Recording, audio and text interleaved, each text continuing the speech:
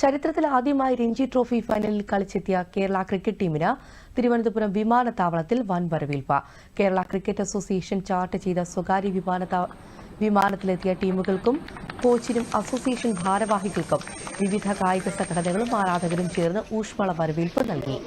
Captain Sachin Baby, coach Amit റേസിയ, cricket association secretary Vinod Kumar, president Jayesh George എന്നിവരെയും team അംഗങ്ങളെയും പൂക്കളും ഷോളും നൽകി സ്വീകരിച്ചു. കേരളത്തിന്റെ ഈ നേട്ടം കൂടുതൽ ഊർജ്ജം പകരുമെന്ന് താരങ്ങൾ പറഞ്ഞു. ഭയങ്കര സന്തോഷം.